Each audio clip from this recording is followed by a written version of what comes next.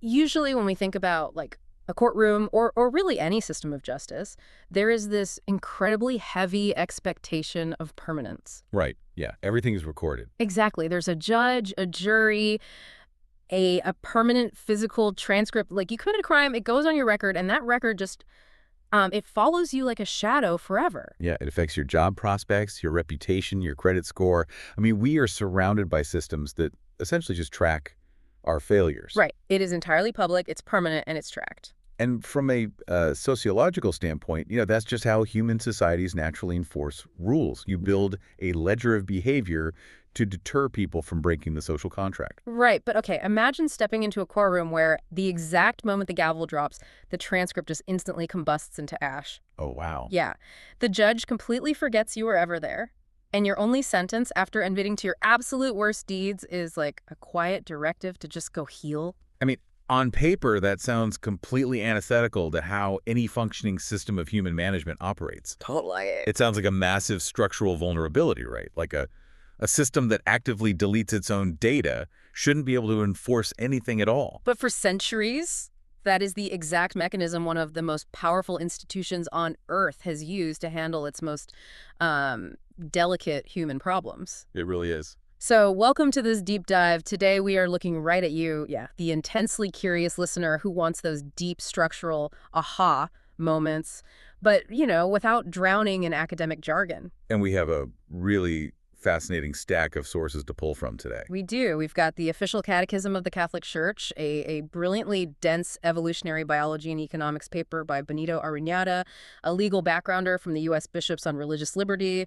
a Reddit thread debating Orthodox versus Catholic practices, and some foundational theology from Thomas Aquinas. Yeah, it's a highly diverse stack of material. I mean, ranging from 13th century philosophy to modern econometric survey data.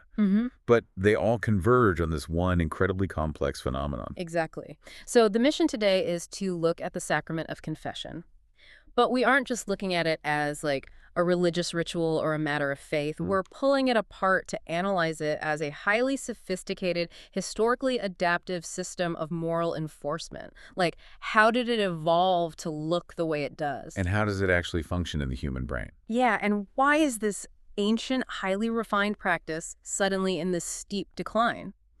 Just to set the ground rules for you listening, we are looking impartially at the mechanics of this system, completely regardless of your personal religious beliefs, or our own, for that matter. Right. We are simply asking how the machinery works. Okay, let's unpack this, because to understand what confession is today, we really first have to look at what it was, like the environment that necessitated it in the first place. Yeah, that historical context is where we see the system adapting, because if you were a Christian in, say, the first few centuries after Christ, confession was not a quiet weekly chat in a dark wooden box. Wait, really? No box? No box. It was a brutal physical ordeal. The early church utilized this system called canonical penance. It was entirely public. It was completely humiliating.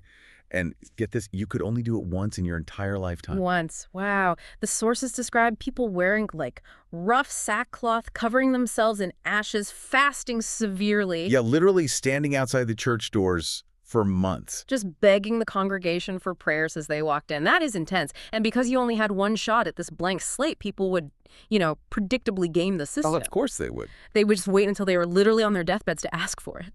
Which, I mean, makes perfect sense from a user perspective. Yeah. But it is a terrible system for ongoing behavior management. A once-in-a-lifetime get-out-of-jail-free card just doesn't help you navigate the daily ethical failures of a long life. Right. So by the 13th century, specifically at the Fourth Lateran Council in 1215, the Church radically shifted its machinery. They moved to what is called auricular confession. Meaning oral, private, face-to-face with a single priest. Yeah. And crucially, it was reiterable. Like you could go every week if you needed to. Exactly. And Benito Ariñada's paper brings this really fascinating economic lens to this exact shift. Yeah, the economics of guilt. Right. He frames confession not as theology, but as a system of moral enforcement. Yeah. And he breaks human moral enforcement down into 3 distinct types. Okay, break that down for us. So first, you have first-party enforcement. That is just you judging yourself, your own internal guilt, your own self-examination. Which is incredibly cheap to produce, right? It requires 0 outside resources.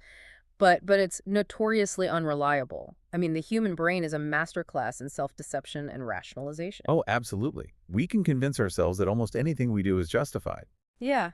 So then you have second-party enforcement. This is your community judging you. Think of the early church's public penance we just talked about, or like the Puritans in early America. Right, mutual monitoring. Exactly. It's public shaming in the town square. And second-party enforcement is highly effective at modifying behavior, but it scales terribly. Like it works in a village of 50 people. Right, where everybody knows everybody. Yeah, but it breaks down entirely in large, anonymous cities where you don't even know your neighbors. Plus, it has a tendency to destroy reputations completely. Yeah. It creates this toxic paranoia and socially destabilizing grudges. Yeah, no one wants to live like that. That brings us to third-party enforcement. You hire a specialized, supposedly neutral expert to judge and guide you. In this case, a priest. Right. It's the equivalent of shifting from a messy public town hall meeting where everyone yells at you, that's the second party, to hiring a specialized private auditor or like a therapist. That's a great analogy. But I have to push back here because I look at this massive medieval shift to mandatory private confession, and it's incredibly hard not to see it as the ultimate rent-seeking scheme. Ah, right. The power grab argument. Yeah. I mean, the institution effectively established a total monopoly on divine forgiveness. You have to go through their designated middlemen, confess your most intimate secrets, and pay your dues. So how does Arunyata's survey data actually clear them of that exploitation hypothesis? Well, what's fascinating here is that the econometric data tests that exact assumption. If auricular confession were purely a rent-seeking device, just to extract resources, money, and power from everyday people, you would expect frequent confessors to give a lot of money directly to the church hierarchy. Sure, that makes sense. But you wouldn't necessarily expect them to exhibit broader pro-social behaviors outside of it. However, the data shows the exact opposite. Really? Yeah. Arunyata analyzed surveys from thousands of modern Catholics, and frequent confessors actively give more to the poor and engage in significantly more charitable volunteering compared to those who just attend Mass or pray privately. Wow. So unburdening yourself in that specific third-party setting mechanically translates into community action. But why? Like, how does confessing a private failure make you go volunteer at a soup kitchen? It really comes down to neutralizing the paralyzing effect of shame. Evolutionary psychology suggests that humans have these ancient instincts, anger, lust, greed, that were highly adaptive survival traits in, say, the Pleistocene era. Right, when we were just trying not to get eaten. Exactly. But they are deeply destructive in complex cooperative civilizations. When we act on those instincts, we feel guilt. If that guilt isn't processed, it turns into chronic shame. Which causes people to isolate, right? They withdraw from the community. Exactly. Confession recruits those natural emotions, brings them into a highly structured private environment with a specialist, and converts that paralyzing shame into productive restitution. It basically gives people like a psychological reset button. Okay, so if this is such a highly evolved system for processing human behavior, we have to look at how the actual transaction works in the mind of the person doing it. Yeah. Like when you walk into that room, what is mechanically happening to your guilt? Well, the blueprint for the transaction, which the Catechism highlights, is drawn directly from the Gospel of John, chapter 20. Okay. After the resurrection, Jesus appears to his disciples, breathes on them, and explicitly delegates his authority. He says, receive the Holy Spirit. If you forgive the sins of any, they are forgiven. If you retain the sins of any, they are retained. So he deputizes them. He gives human beings the structural authority to act as like the valve for divine forgiveness. Right. And from that deputization, the church built a deeply nuanced psychological framework. To understand how the transaction actually heals a person, the Aquinas 101 source is really vital here. Yeah, Thomas Aquinas breaks down the nature of human wrongdoing into two distinct separate parts, culpa and poena. Right. And this distinction completely changes how you view the process. So culpa translates to the guilt or the fault of the sin. It is the spiritual stain of deliberately turning away from the good. Exactly.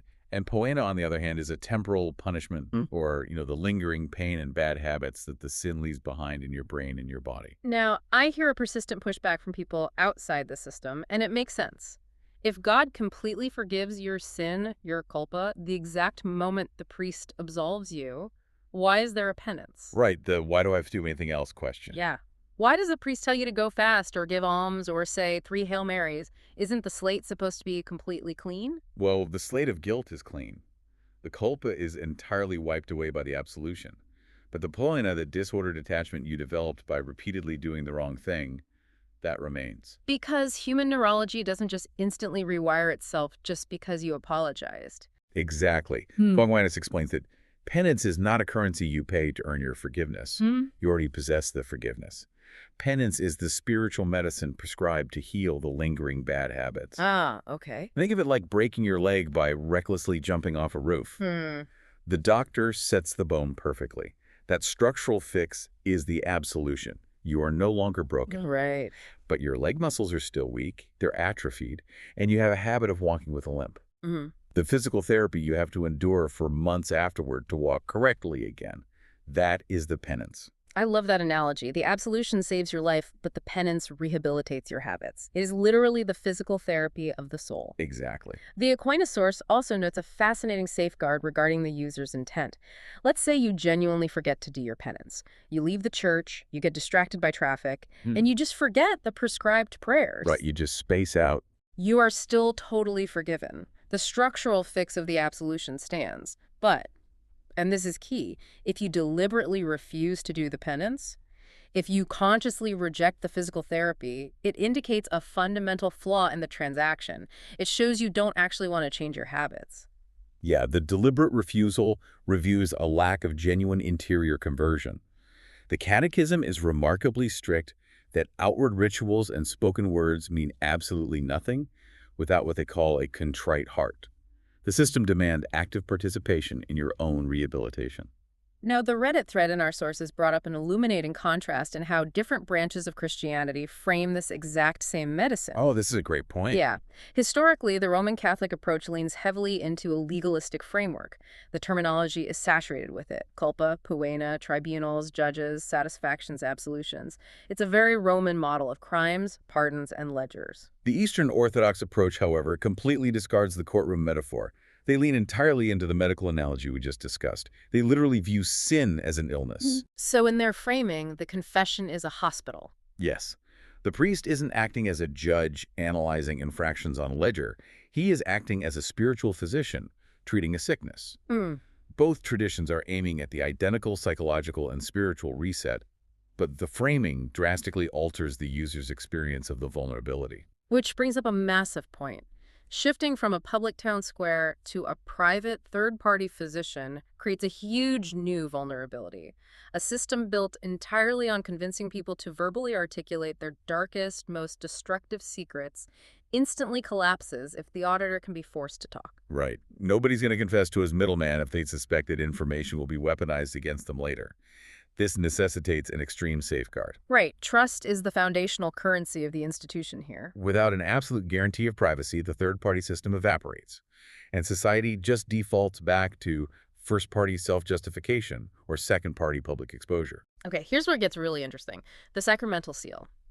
According to the Catechism and recent disciplinary notes from the Apostolic Penitentiary, a priest can never, under any circumstances, reveal what is said in confession. Never. And the penalty for breaking this seal is the severest punishment the Church possesses. Latae sententiae excommunication, automatic expulsion. Yeah, there is no trial, there is no hearing. The exact second a priest breaks the seal, he is severed from the Church. The theological paper by Cardinal Ladaria Ferrer argues that this isn't merely about protecting people's reputations. The seal exists to protect the fundamental, inviolable right of a human conscience to commune privately with God without the state or society interfering. Which is a powerful concept. But I have to push on the extreme edge cases here, because this is where modern secular law and ancient religious law violently collide. Like a penitent walks in and confesses to a heinous unsolved murder, or a historic case of child abuse, or they literally bring a bag of stolen goods right into the confessional. Surely at the point of severe public harm, the law of the land steps in and compels the priest to testify, right? You would think so, but the Church recognizes zero exceptions. None. And this absolute stance has clashed with civil law in incredibly dramatic ways. The U.S. CCB backgrounder details a foundational American legal case from 1813, People v. Phillips. Okay, what happened there? Well, a Catholic priest in New York, Father Anthony Coleman, learned the identity of several jewelry thieves through the confessional. He actually convinced the thieves to surrender the stolen goods to him privately, and he personally returned the jewelry to the original owner. Oh, wow. So he was actively fixing it. Yeah, but the police wanted the identities of the thieves, so they subpoenaed Father Coleman, putting him right on the witness stand. I mean, he had the evidence. He interacted with the criminals. The state had every legal right to demand that information. But he completely refused to answer. He stated on the record that to reveal the confession would be to violate his faith and his conscience, and he was fully prepared to go to prison for contempt of court. And what did the court do? Surprisingly, the New York court sided with him. They ruled that compelling him to testify would violate the free exercise of religion. That specific confrontation essentially established the bedrock precedent for clergy penitent privilege in American civil law. That is wild. I still struggle with the cognitive dissonance required to actually execute this in reality, though. Like, you're a priest. A detective sits across from you and asks, did this man confess to the burglary? You vividly remember hearing him say it. Right. How do you look a detective in the eye and say, I don't know, without fundamentally lying to an officer of the law? To understand how a priest justifies that, you really have to look at the theology of who is actually in the room. Okay. The Church teaches that during the sacrament, the priest is acting in persona Christium, in the person of Christ. It is not a professional non-disclosure agreement between two human beings like a lawyer and a client. Ah. The priest hears the sin, as Thomas Aquinas argued, not as a man but as God knows it. Therefore, as a human citizen, the priest literally does not possess the knowledge. The sources refer to this as mental reservation. The priest can legally and in his mind truthfully say, I do not know, because outside the sacramental seal, in his capacity as a man named John or Michael, he truly does not know it. Exactly. That knowledge belongs exclusively to the divine entity he was standing in for. But the psychological toll of compartmentalizing human knowledge from divine knowledge is immense. The Church takes this mental reservation so seriously that priests have willingly gone to their deaths rather than break it. Wait, really? Oh yeah, look at John of Nepomuc in the 14th century. The king of Bohemia suspected the queen of infidelity and demanded to know what she confessed. When John refused to speak, he was tortured and thrown off a bridge to drown. Good grief. Or Mateo Correa Magallanes, who was executed by a firing squad in Mexico in the 1920s because he refused a general's order to reveal the confessions of rebel prisoners he had just ministered to. The absolute nature of this privacy guarantee is literally paid for in blood. Okay, so we have established that this system is incredibly robust. It evolved from public humiliation into a highly specialized third-party system of moral enforcement. Right. It brilliantly separates the guilt of a sin from the lingering bad habits through the medicine of penance, and it comes with the ultimate blood-sworn privacy guarantee. Yes. It sounds like a bulletproof mechanism for human flourishing. So what does this all mean for today? Why is it currently in massive, unprecedented decline?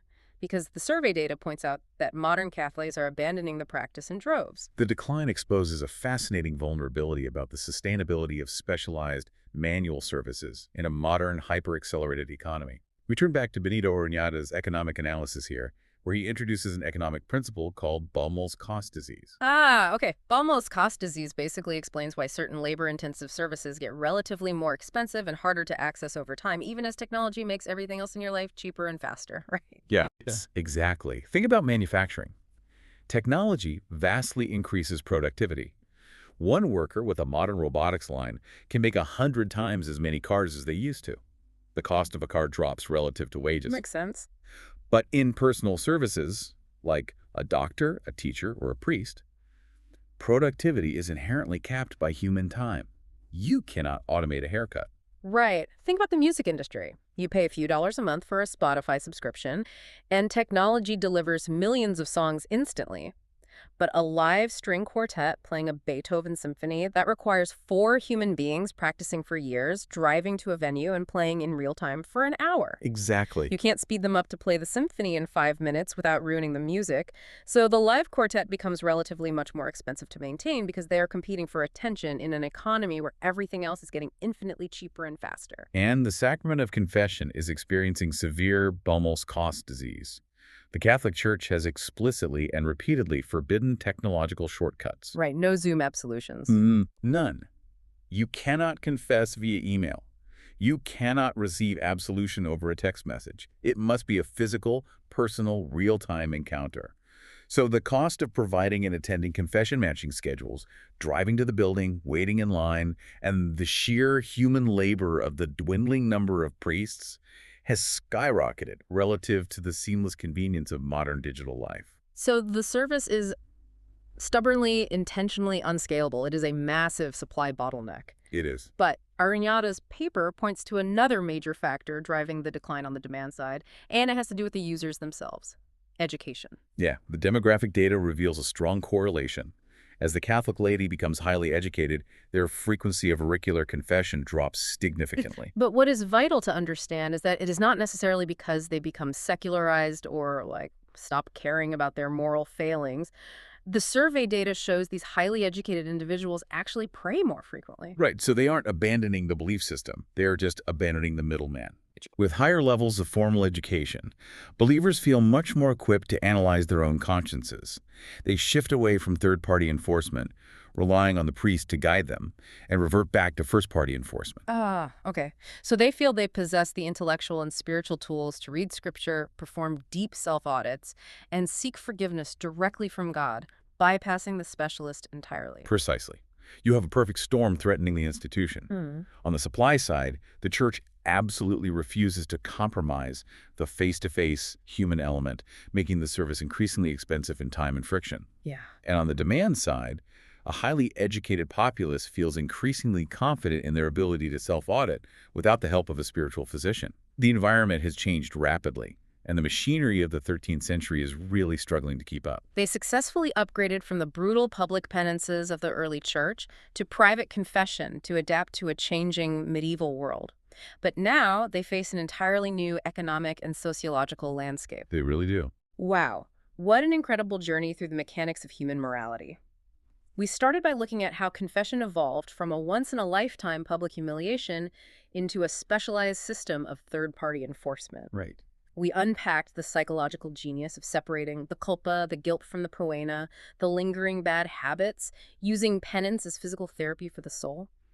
We explored the ironclad, non-negotiable theological wall of the sacramental seal and the cognitive weight of the priest acting in persona Christi. Yeah. And finally, we looked at how Baumol's cost disease and rising education levels are applying unprecedented pressure to this ancient practice. And, as we synthesize all these sources, it leaves us with a profound, almost chilling paradox to consider about our current moment in history. Oh. If we look at the trajectory of modern society, we are rapidly moving away from private third-party enforcement and hurtling backward into a brutal, modernized form of second-party enforcement. What do you mean? Well, we live in a hyper-connected digital panopticon where the internet never forgets.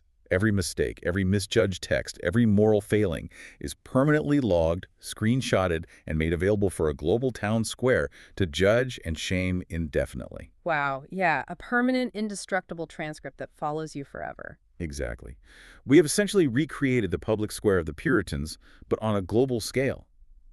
And yet, amidst all that permanent tracking, the strict, unbreakable secrecy of the confessional remains one of the only places left on Earth, perhaps the very last place, where a human being can speak their absolute worst deeds out loud and be guaranteed a completely clean secret slate. That is a wild thought. If this highly adapted, centuries-old institution fades away due to economic friction and a modern preference for self-auditing, where will human beings go to find that kind of absolute guaranteed release from their own shame? The transcript burns, the judge forgets, and you are told to go heal. In a world that records everything, will we miss the machinery of forgetting when it's gone? Something for you to ponder. Thanks for taking this step dive with us.